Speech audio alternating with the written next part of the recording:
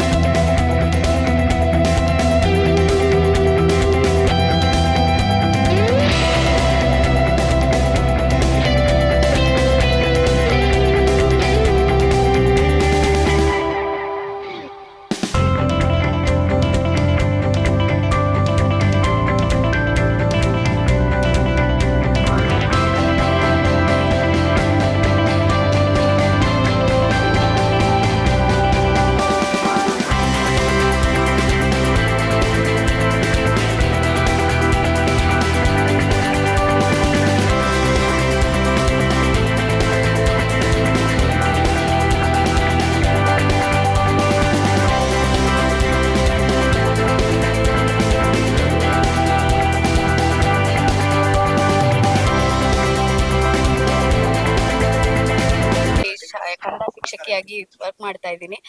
ನಾನೊಬ್ಬ ಟೀಚರ್ ಆಗಿ ಇವತ್ತು ಗುರುವಂದನಾ ಕಾರ್ಯಕ್ರಮವನ್ನ ಮಾಡ್ತಾ ಇರೋದು ನಮಗಂತೂ ತುಂಬಾ ಸಂತೋಷ ಆಗಿದೆ. ಹೇಗೆ ನಾವೀಗ ಟೀಚರ್ ಆಗಿಲ್ಲ, ಈಗ ನಾವು ಸ್ಟೂಡೆಂಟ್ ಆಗ್ಬಿಟ್ಟಿದೀವಿ. ಟೀಚರ್ಸ್ ಜೊತೆಗೆ ನಾವು ಮಕ್ಕಳಾಗಿರೋದು ನಮ್ಗೆ ಒಂದು ಸಂತೋಷ ಆಗ್ತಾ ಇದೆ. ಇದು ನಮ್ಮೆಲ್ಲರಿಂದ ಆಗಿರುವಂತ ಒಂದು ಕಾರ್ಯಕ್ರಮ. ಇವತ್ತು ನಮ್ಮ ಟೀಚರ್ಸ್ ಅನ್ನ ನೋಡುವಂತ ಭಾಗ್ಯ, ಅವ್ರ ಜೊತೆ ಮಾತುಕತೆ ಕಳೆಯುವಂತದ್ದು, ಜೊತೆಗೆ ನಮ್ದೊಂದು ಸ್ನೇಹ ಸಮ್ಮಿಲನ 25 ವರ್ಷ ಆದ್ಮೇಲೆ ನಾವು ಮತ್ತೆ ಸ್ನೇಹ ಸಮ್ಮಿಲನ ಆಗ್ತಾ ಇದೆ. ಅದು ಒಂದು ತುಂಬಾ ಸಂತೋಷ ಕೊಟ್ಟಿದೆ ನಮ್ಗೆ. ಇವತ್ತಿನ ದಿನ ನಾವು ನಿಜವಾಗ್ಲೂ ಮರೆಯೋದಕ್ಕೆ ಚಾನ್ಸೇ ಇಲ್ಲ. ಅದೇ ರೀತಿ ಪ್ರತಿಯೊಬ್ರು ಅವರ ಗುರುಗಳಿಗೆ ವಂದನೆಯನ್ನ ಸಲ್ಲಿಸಬೇಕು ಅವರ ಒಂದು ರೀತಿಯಲ್ಲಿ. ಧನ್ಯವಾದಗಳು. ಅದನ್ನೇ ಮುಂದೆನೂ ಕೂಡ ಆ ಗುರುಗಳ ದಾರಿಯಲ್ಲಿ ಗುರುಗಳು ನಮ್ಗೆ ಹೇಳ್ಕೊಟ್ಟಿರೋದನ್ನ ನಾವು ಕಲ್ತ್ಕೊಂಡು ಹೋಗೋದು ನಮ್ ಕರ್ತವ್ಯ. ಅವಾಗ ನಾವ್ ಹೇಗೆ ಗುರುಗಳ ಹೇಳ್ಕೊಟ್ಟಿರೋದನ್ನ ಕಲ್ತ್ಕೊಂಡು ಈಗ ನಾವು ಒಂದು ಒಳ್ಳೆ ಉನ್ನತ ಸ್ಥಾನದಲ್ಲಿದ್ದೀವಿ. ಅದೇ ರೀತಿ ಗುರುಗಳ ಮಾತಿಗೆ ಬೆಲೆ ಕೊಟ್ಟು ಗೌರವ ಕೊಟ್ಟು ಅದನ್ನ ಕಲೀರಿ. ಯಾವುದೇ ರೀತಿಯ ನಿರ್ಲಕ್ಷ್ಯ ಬೇಡ. ಗುರುಗಳ ಮಾತನ್ನ ಆಲಿಸ್ಬೇಕು, ಕೇಳಿಸ್ಕೋಬೇಕು, ಅದನ್ನ ಮುಂದುವರಿಸ್ಕೋಬೇಕು. ಲಕ್ಷ್ಮೀಬಾಯಿ. ಬೆಂಗಳೂರು ಗ್ರಾಮಾಂತರ ಜಿಲ್ಲೆಯ ದೊಡ್ಡಬಳ್ಳಾಪುರ ತಾಲೂಕಿನ ತೂಬಗೆರೆಯ ಸರ್ಕಾರಿ ಪ್ರೌಢಶಾಲೆಯ 2001-2002ನೇ ಸಾಲಿನ ಹಳೆ ವಿದ್ಯಾರ್ಥಿಗಳಿಂದ ತಮ್ಮ ನೆಚ್ಚಿನ ಶಿಕ್ಷಕರಿಗೆ ಪಾದಪೂಜೆ ಹಾಗೂ ಸರ್ಕಾರಿ ಶಾಲೆಗೆ ಶಾಲಾ ಪರಿಕರಗಳ ವಿತರಣೆ ಹಾಗೂ ಗುರುವಂದನಾ ಕಾರ್ಯಕ್ರಮವನ್ನು ಹಮ್ಮಿಕೊಂಡಿದ್ದರು. ಸುಮಾರು 100ಕ್ಕೂ ಹೆಚ್ಚು ವಿದ್ಯಾರ್ಥಿಗಳು ಭಾಗವಹಿಸಿ ತಮ್ಮ ನೆಚ್ಚಿನ ಶಿಕ್ಷಕರಿಗೆ ಪಾದಪೂಜೆ ಮಾಡಿ ಗೌರವ ನಮನ ಸಲ್ಲಿಸಿ ಗುರುಗಳ ಆಶೀರ್ವಾದ ಪಡೆದರು.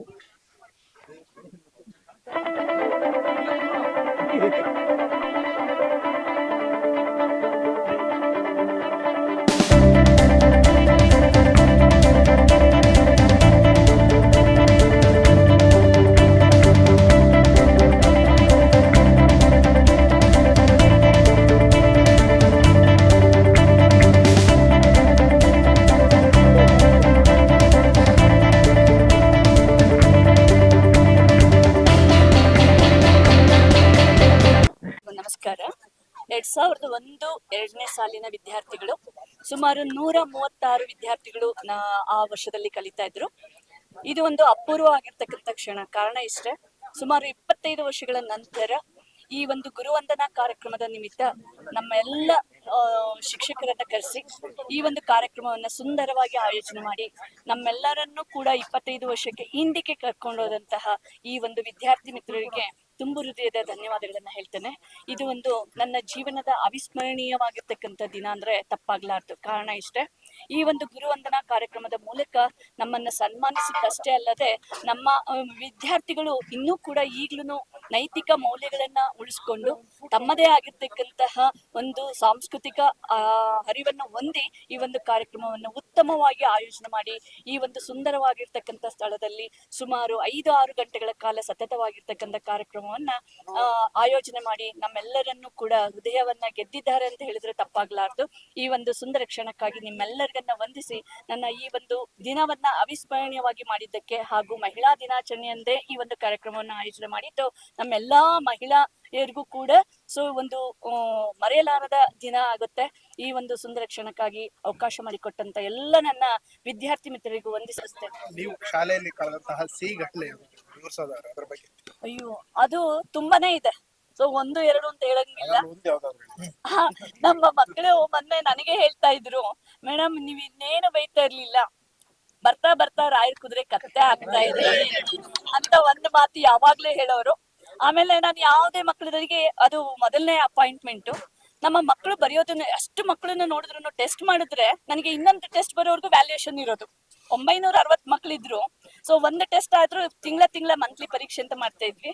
ಆ ಪರೀಕ್ಷೆನಲ್ಲಿ ಆ ಮಕ್ಕಳು ವ್ಯಾಲ್ಯೂಯೇಷನ್ ಮಾಡೋದೇ ನಂಗೆ ಖುಷಿ. ನಾನು ಒಬ್ಳೇ ಇದ್ದಿದ್ದು. ಸೊ ಆ ರೂಮಲ್ಲಿ ನಂಗೆ ಟೈಮ್ ಪಾಸ್ ಮಾಡ್ತಿದ್ದಿದ್ದೆ ಮಕ್ಕಳ. ಸೊ ಆ ಟೆಸ್ಟ್ ಪೇಪರ್ ಇರ್ಬೋದು, ನಾನು ತರಗತಿಗೆ ರೆಡಿ ಆಗ್ತಿದ್ದಿರ್ಬೋದು. ಒಂದು ನನಗೆ ಈಗ್ಲೂ ಕೂಡ ಪ್ರತಿಯೊಂದು ದಿವಸನೂ ನಾನು ತೂಗುಗೆರೆಯನ್ನ ಮರೆಯಲಾರದ ದಿನಗಳಲ್ಲಿ ಸೊ ನಾನು ಒಂದು ದಿವಸ ಅಲ್ಲ, ಪ್ರತಿ ದಿವಸನೂ ಜ್ಞಾಪಿಸ್ಕೊಳ್ತಾ ಇರ್ತೀನಿ.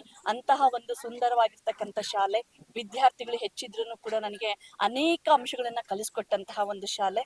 ಸೊ ಈ ಒಂದು ಶಾಲೆಯನ್ನ ನನ್ನ ಜೀವ ಇರೋವರೆಗೂ ಕೂಡ ನಾನು ಜ್ಞಾಪಿಸ್ಕೊಳ್ತೀನಿ. ಇದು ಒಂದು ಸುಂದರವಾಗಿರ್ತಕ್ಕಂತಹ ಒಂದು ಶಾಲೆ ಅಂತ.